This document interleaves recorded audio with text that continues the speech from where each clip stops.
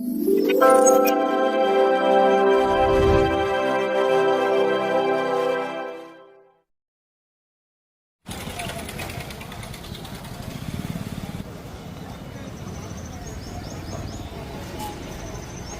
వెంటనే నుంచి పన్నులను వెంటనే నుంచి పన్నులను వెంటనే భారత కమ్యూనిస్ట్ పార్టీ సామాన్యుల పట్ల ఒక వైఖరి, సంపన్నుల వైపు ఒక వైఖరి అనుసరిస్తున్న మున్సిపల్ వ్యవస్థ. సామాన్యుల పట్ల ఒక వైఖరి, సంపన్నుల పట్ల ఒక వైఖరి అనుసరిస్తున్నటువంటి మున్సిపల్ వ్యవస్థ.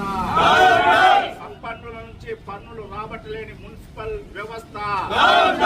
వసూలు చేసిన పన్నులను ప్రజల సౌకర్యాలు పెంచడంలో విఫలమవుతున్న మున్సిపల్ వ్యవస్థ. పన్నుల నుంచి పన్ను బకాయిలను వసూలు చేయలేనటువంటి పురపాలక సంస్థ. పన్నుల నుంచి పెండింగ్ బకాయిలను వసూలు చేయలేని పురపాలక వ్యవస్థ. పేదలపై భారం మోపుతున్న మున్సిపల్ శాఖ. పట్టణంలో సంపన్నుల నుంచి లక్షల రూపాయలు పెండింగ్ బకాయిలు వసూలు చేయలేని మున్సిపల్ అధికారులు. మున్సిపల్ అధికారులు చేయాలి. సంపన్నుల నుంచి అధిక పన్నులను, పెండింగ్ బకాయిలను, సంపన్నుల పెండింగ్ బకాయిలను పెత్తనం చలాయిస్తున్న మున్సిపల్ అధికారులు. అభిప్రాయం చేయండి. సిపిఐ చేపడుతున్నటువంటి రాష్ట్ర వ్యాప్త ఆందోళన కార్యక్రమాన్ని ప్రజారోగ్యాన్ని పెంచాలి. ప్రజలకు అనుగుణంగా భూరి విస్తీర్ణతకు అనుగుణంగా శానిటేషన్ సిబ్బందిని, బకాయిలను, సంపన్నులతో రాజీ పడుతున్న మున్సిపల్ శాఖ, సంపన్నులతో రాజీ పడుతున్న రెవెన్యూ శాఖ, సంపన్నులతో రాజీ పడుతున్న రెవెన్యూ శాఖ. 10 లక్షలు, 5 లక్షలు, 39 లక్షలు, 18 లక్షలు, 11 లక్షలు, 5 లక్షల వరకు ఎన్ని ఉన్నాయి? ఇన్ని బకాయిలు పెట్టుకోండి. ఈరోజు భారత కమ్యూనిస్టు పార్టీ జిల్లా సమితి పిలుపు మేరకు అన్ని మున్సిపాలిటీలలో మున్సిపల్ సంస్థలు వ్యవహరిస్తున్నటువంటి పన్ను వసూలు చేయడంలో వ్యవహరిస్తున్నటువంటి తీరు మీద నిరసన తెలియజేయాలని భారత కమ్యూనిస్టు పార్టీ జిల్లా సమితి ఇచ్చిన పిలుపులో భాగంగా ఇవాళ రుదుటూరులో మున్సిపల్ ఆఫీసు ఎదుట ధర్నా నిర్వహిస్తూ ఉన్నాం. ప్రభుత్వం మున్సిపల్ వ్యవస్థలోని అధికార యంత్రాంగము సామాన్యులు ఎవరైనా 10,000, 15,000, 20,000, 30,000 పన్ను బకాయిలు ఉంటే సకాలంలో కట్టకపోతే వారి దగ్గరికి పోయి వారిని బెదిరించి మీరు పన్ను కట్టకపోతే మీ ఇంటి కుళాయిని పీకేస్తాము, మీ ఇంటికి తాళం వేస్తామని చెప్పేసి మానసికంగా బాధ పెట్టి బలవంతంగా వసూలు చేస్తూ ఉన్నారు. మేము వసూలు చేయడాన్ని కాదనడం లేదు. పన్నులు వసూలు చేస్తేనే ప్రజలకు సౌకర్యాలు పెరుగుతాయి. కానీ ఇదే వైఖరిని ఏవైతే సామాన్యుల దగ్గరకు పోయి మీరు బలవంతం చేసి దౌర్జన్యం చేసి మానసికంగా వాళ్ళను కృంగేటట్టు అవమానపరిచి వసూలు చేస్తున్నారో సంపన్నుల పట్ల మీరు ఎందుకు ఈ మెతక వైఖరి వ్యవహరిస్తున్నారనేటువంటిది ఇవాళ భారత కమ్యూనిస్టు పార్టీ 5 లక్షలు, 10 లక్షలు, 8 లక్షలు, 3 లక్షలు, 4 లక్షలు బకాయిలు ఉన్నటువంటి వాళ్ళు వందల సంఖ్యలో ప్రొద్దుటూరులో ఉన్నారు. ఇక్కడ లిస్ట్ ఉంది. మేము ఇది ఎవరో ఇచ్చిన లిస్టు కాదు. ఆర్టీఐ కింద మా జిల్లా పార్టీ పెట్టి తీసినటువంటి లిస్ట్ ఇది. మున్సిపాలిటీల నుంచి వచ్చినటువంటి లిస్టు వాళ్ళు ఇచ్చినటువంటివే. ఎంత ఘోరంగా ఉన్నాయంటే బకాయిలు 8 లక్షలు, 10 లక్షలు చెప్పడానికే లేదు. ఒక ఉదాహరణ చెప్తా నేను. వి లక్ష్మీదేవి, వి సత్యనారాయణ, మైదుకూరు రోడ్ పన్ను బకాయి ఎంతో తెలుసా? 75,67,000. వీళ్ళని ఎందుకు టచ్ చేయలేదు? ఎప్పటి నుంచి బకాయి ఉంది ఇది? 2023, 2004, 2025, 2026 ఇన్ని సంవత్సరాల పన్ను బకాయి ఉంటే వాళ్ళ దగ్గర వసూలు చేయకోకుండా ఉంటే ఎట్లా సౌకర్యాలు పెంచుతారు? 28 లక్షలు, ఇంకొక ఆమె 18 లక్షలు. ఇట్లా లక్షల సంపన్నుల దగ్గర నుంచి పన్నులు వసూలు చేయలేకపోతున్నారంటే మీరు వాళ్ళతో లాలూచీ పడుతున్నారా, లేకపోతే వాళ్ళతో రాజీ పడుతున్నారా, వాళ్ళని టచ్ చేయాలంటే భయపడుతున్నారా, మీ మీద ఏమైనా రాజకీయ ఒత్తిళ్ళు ఉన్నాయా? అట్లాంటివి ఏ విషయాలు చెప్పుకోకుండా అట్లే పన్నులు పేరబెడితే మీరు ప్రజలకు ఏం సౌకర్యాలు పెంచుతారు? అంటే ఈ వైఖరి మానుకోవాలి, నిర్దాక్షిణ్యంగా వసూలు చేయాలి.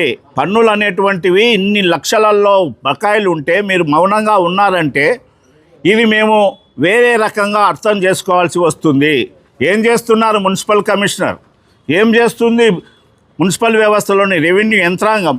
వాళ్ళకు తెలియదా వాళ్ళ దగ్గర లిస్టు లేదా? ఎవరెవరు ఎంత బకాయి ఉండారని మేము అందరి పేర్లు చెప్పాలనా? వాళ్ళ దగ్గర ఉంది, అయినా ఎందుకు వసూలు చేయడం లేదో ప్రజలకు జవాబు ఇవ్వాలి. వాళ్ళు ఇవాళ ప్రజల నుంచి పన్నులు వసూలు చేస్తూ ఉన్నారు. ఏ సౌకర్యం పెంచుతున్నారు? ఒక సరైనటువంటి గ్రంథాలయం ఉందా మన ఊరిలో? 1000 మంది కూర్చోవడానికి ఒక కమ్యూనిటీ హాల్ ఉందా? ఈ గాంధీ పార్కు తప్ప రిక్రియేషన్కి ఏదైనా పార్క్ ఉందా? ఇంత పెద్ద పట్టణంలో ఆ ఒక్క పార్కేనా? పిల్లలకు రిక్రియేషన్ ఉండకూడదా? పిల్లలకు ఏదైనా ప్లే గ్రౌండ్స్ ఉండకూడదా మున్సిపాలిటీ తరపున? ఏమీ లేవు. శానిటేషన్ బాగుందా అంటే శానిటేషన్ బాగోలేదు. ఎందుకు బాగలేదంటే 2011 జనాభా ప్రాతిపదిక మీద వర్కర్స్ని తీసుకున్నారు. ఇవాళ 2026 15 సంవత్సరాల్లో ఈ పట్టణం ఎంత డెవలప్ అయిందో మీకు తెలియదా? ఎంత విస్తరించిందో మీకు తెలియదా? ఎన్ని కట్టడాలు వచ్చినాయో మీకు తెలియదా? శానిటేషన్ వర్కర్స్ని పెంచుకోవాల్సినటువంటి అవసరం ఉంది. అప్పుడు మాత్రమే శానిటేషన్ మెరుగుపడుతుంది. కాబట్టి ఈ విషయాలన్నిటినీ మీరు తీసుకున్నటువంటి పన్నులను సౌకర్యాల కోసం ఖర్చు పెట్టాలి. రాజకీయ ఇప్పుడు పాలక సంస్థ లేదు, ఇప్పుడు వచ్చినది వాళ్ళ చేతుల్లోకి పోయింది. వాళ్ళే ఇప్పుడు పన్నులు వసూలు చేస్తూ ఉన్నారు. ఈ వసూలైనటువంటి పన్నులు పంపకాల కోసం కాకుండా రాజకీయ తాబేదారులకు లేకపోతే ఎవడికో ములాజా ఉండేటువంటి వానికి ఈ పేరుతో ఆ పేరుతో ఆ పని పేరుతో పంచద్దండి. ప్రజల సౌకర్యాలు పెంచండి, పన్నులు సక్రమంగా వసూలు చేయండి, సంపన్నుల నుంచి వసూలు ఖచ్చితంగా చేయండి, ప్రజల సౌకర్యాలు పెంచండి అని భారత కమ్యూనిస్టు పార్టీ డిమాండ్ చేస్తూ ఉంది. ప్రొద్దుటూరు పురపాలక సంఘానికి సంబంధించినటువంటి విషయంలో ఈ మధ్యకాలంలో పెండింగ్ బకాయిలు వసూళ్లలో తీవ్రమైనటువంటి మందజాప్యం అనేటువంటి జరుగుతూ ఉంది. అందుకు నిదర్శనమే ఇవాళ మేము పెట్టినటువంటి ఆర్టీఐ యాక్ట్లో వచ్చినటువంటి పేర్లు కావచ్చు, లేకపోతే కోట్ల రూపాయలు ఇవాళ పెండింగ్లో ఉన్నటువంటి అంశాలు కావచ్చు. పేద సామాన్య వర్గాలపైన దాడికి వెళ్ళడానికి అయితే కనుక వసూళ్ల విషయాల్లో నీటి కలెక్షన్లు కట్ చేయడానికి కానీ, ఇళ్ళకి తాళాలు వేస్తామని చెప్పి బెదిరించడానికి కానీ, లేదా ఇంకొక రకమైనటువంటి బెదిరింపులకు కానీ, ఇక్కడికి కార్యాలయాల చుట్టూ తిప్పుకోవడానికి కానీ, సామాన్యుల పట్ల మధ్యతరగతి కుటుంబీకుల పట్ల వ్యవహరిస్తున్నటువంటి వైఖరి ఇవాళ ధనికవంత వర్గానికి సంబంధించినటువంటి వారిపై వెళ్ళగడం లేదనేటువంటి దాని మీద సిపిఐగా ఇవాళ మేము నిరసన కార్యక్రమాలు, ధర్నా కార్యక్రమాలు నిర్వహిస్తూ ఉన్నాం. అయితే ఇవాళ వసూలు చేయాల్సినటువంటి కోట్ల రూపాయలకు ఇవాళ రెవెన్యూ అధికారులు బాధ్యత తీసుకోవాల్సినటువంటిది ఉందా లేదా అని చెప్పేసి ఇవాళ ధర్నాలో మేము ప్రశ్నిస్తూ ఉన్నాం. రెవెన్యూ అధికారులు నెలవారీ జీతాలు తీసుకుంటా ఉన్నారు. వాళ్ళ దగ్గరికి వెళ్ళి రాజీ ధోరణిలతో మామూలతో మత్తులో మనం మునిగిపోతూ ఉన్నటువంటి పరిస్థితి ఉంది.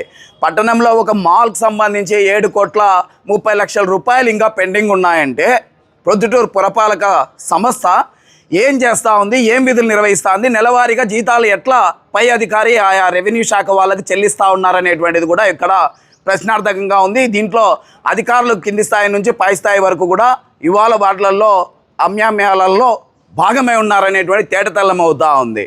రెండవ వైపున గ్రాంట్స్ వచ్చినటువంటి వాటిని కూడా ఇవాళ 15th ఫైనాన్స్ వచ్చినటువంటి గ్రాంట్స్ను కూడా మున్సిపాలిటీలో అమలు విడుదల కానికుండా పెండింగ్ పెట్టి బకాయిలు ఎన్నికి పంపించినటువంటి పరిస్థితి. గ్రాంట్స్ అన్నింటినీ ఇంకా అభివృద్ధికి ఏ రకంగా అధికార యంత్రాంగం తోడ్పడుతుంది?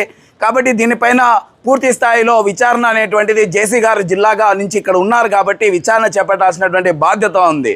ఇందాక రామయ్య గారు చెప్పారు, విద్యార్థులు యువకులు మేధో పరంగా ఉల్లాసంగా ఆరోగ్యవంతంగా జీవించాలన్నా, ఆరోగ్యవంతమైనటువంటి సమాజంలో మెరుగుదలగా ముందుకు సాగాలన్నా కానీ అటువంటి ప్లే గ్రౌండ్స్ లేవు. మున్సిపల్ హై స్కూల్లో అనిబిసెంట్ స్కూల్లో ఉన్నటువంటి సెటిల్ ఆడేటువంటి సెంటర్ను కూడా ఇవాళ మూతేసినటువంటి పరిస్థితి ఉంది. ఇవాళ ఊరేమో చూస్తే దాదాపు 70-80 కిలోమీటర్ల మేర పెరిగిపోతున్నటువంటి పరిస్థితి. ఎక్కడ ఒక పార్క్ అనేటువంటిది విస్తారంగా కూర్చొని పగులుపూట వచ్చినటువంటి పర్యాటకులు కానీ, ఏదైనా వ్యాపారాల కోసం వచ్చిన వాళ్ళు కానీ సేద తీరడానికి లేనటువంటి పరిస్థితి ఉంది. సులభ్ కాంప్లెక్స్లు కాదు, కమ్యూనిటీ హాల్స్, కమ్యూనిటీకి సంబంధించినటువంటి ఉచ్చబోసుకోవడానికి కూడా ఎక్కడ కూడా ఇవాళ అందుబాటులో ఉండనటువంటి పరిస్థితి ఉంది. మహిళల పరిస్థితి చాలా దయనీయంగా ఉంది. ఇవాళ ప్రొద్దుటూరు ప్రాంతంలో తృప్తి బేకరీ పడగొట్టినటువంటి మున్సిపల్ స్థలంలో ఒక సులభ్ కాంప్లెక్స్ కట్టలేనటువంటి స్థితిలోకి ఇవాళ మున్సిపాలిటీ ఉంది. పేరుకు స్పెషల్ గ్రేడ్ మున్సిపాలిటీ. నిధులేమో ఈ రకంగా ఏ రకంగా మగ్గిపోతూ ఉన్నాయో మనం చూస్తూ ఉన్నాం. వచ్చిన నిధులనేమో రాజకీయ వాటికి సంబంధించినటువంటి చట్టంలో ఉన్న వాటిని తొలగిస్తున్నటువంటి పరిస్థితి ఉంది. వీటన్నిటి ఇప్పటికే చాలా మున్సిపాలిటీ కార్పొరేషన్లలో స్వచ్ఛాంధ్ర కార్పొరేషన్స్ కావచ్చు, లేకపోతే కనుక స్వచ్ఛ భారత్లో కానీ స్వచ్ఛ సర్వేక్షణలో కానీ చాలా కార్పొరేషన్స్ గ్రేడ్ 1 గ్రేడ్ 2 మున్సిపాలిటీలు కూడా అవార్డులు తీసుకుంటూ ఉన్నాయి. స్పెషల్ గ్రేడ్ మున్సిపాలిటీ అయినటువంటి ప్రొద్దుటూరుకి ఎందుకు లేదా దుస్థితి లేక ఎందుకు ఇవాళ దుస్థితి లేక ఎందుకు నెట్టివేయబడతా ఉంది అంటే ఇక్కడ అధికార యంత్రాంగం అనేటువంటిది ప్రొద్దుటూరు పట్టణ అభివృద్ధి పైన ప్రజలకు అందించాల్సినటువంటి మౌలిక సౌకర్యాలు వసతుల పైన దృష్టి సారించడం లేదు. దీనిపైన సిపిఐగా ఇవాళ ఆందోళన కార్యక్రమం చేపడతా ఉన్నాం. పట్టణంలో ఇప్పటికైనా జేసీ గారి నేతృత్వంలో అయినా కానీ కొంత మార్పు అనేటువంటి దాన్ని కోరుకుంటా ఉన్నాం. అట్లా కాని పక్షంలో వీటిని రాజీ లేకుండా ఉద్యమాలను నిరంతరం కొనసాగిస్తామని చెప్పేసి హెచ్చరిస్తా ఉన్నాం. శ్రీ ఖ్యాతి నన్నారి మన శరీర వేడిని తగ్గించి మన ఆరోగ్యాన్ని ఎల్లప్పుడూ చల్లగా ఉంచుకోవాలంటే ఒక్కటే చాయిస్, అదే మన శ్రీ ఖ్యాతి నన్నారే సిరప్. కొండ మూలికల ద్వారా ఏర్పడిన నన్నారి వేర్లతో ఎంతో శక్తితో శుభ్రమైన తయారీ ద్వారా స్వచ్ఛమైన నన్నారి అందిస్తోంది. మనందరికీ నిజమైన నన్నారి సంతృప్తిని అందించే ఒకే ఒక్క సిరప్ శ్రీ ఖ్యాతి వారి నన్నారి సిరప్. వెంటనే మీ దగ్గరలో ఉన్న షాప్స్ లో కొనుగోలు చేసి మీ శరీరం చలువకి తోడ్పడే ఈ నన్నారిని ఈరోజే సేవించండి. ఆంధ్రప్రదేశ్ ప్రభుత్వం వారిచే గుర్తింపుబడిన ఫుడ్ లైసెన్స్ సర్టిఫికేట్ పొందిన the best nannari syrup Shri Khyathi nannari syrup. ఈ వివాహాది శుభకార్యములకు, పుట్టిన రోజులకు, మీటింగులకు అత్యాధునిక సదుపాయాలతో ప్రొద్దుటూరు వాసవి సర్కిల్ వద్ద నుంచి అతి సమీపాన మీకు అందుబాటు ధరలలో happy banquet AC function hall మీకు స్వాగతం పలుకుతుంది. మా ఫంక్షన్ హాల్ నందు వంట సామాగ్రి మరియు విశాలమైన కార్ పార్కింగ్, అతి తక్కువ మెయింటెనెన్స్ ఖర్చుతో ఏ ఫంక్షన్ అయినా మా happy banquet AC function hall నందు జరుపుకొని ఆనందాన్ని పొందండి. బుకింగ్ కొరకు సంప్రదించండి. మా సెల్ నంబర్ 9100600238 7799 000211.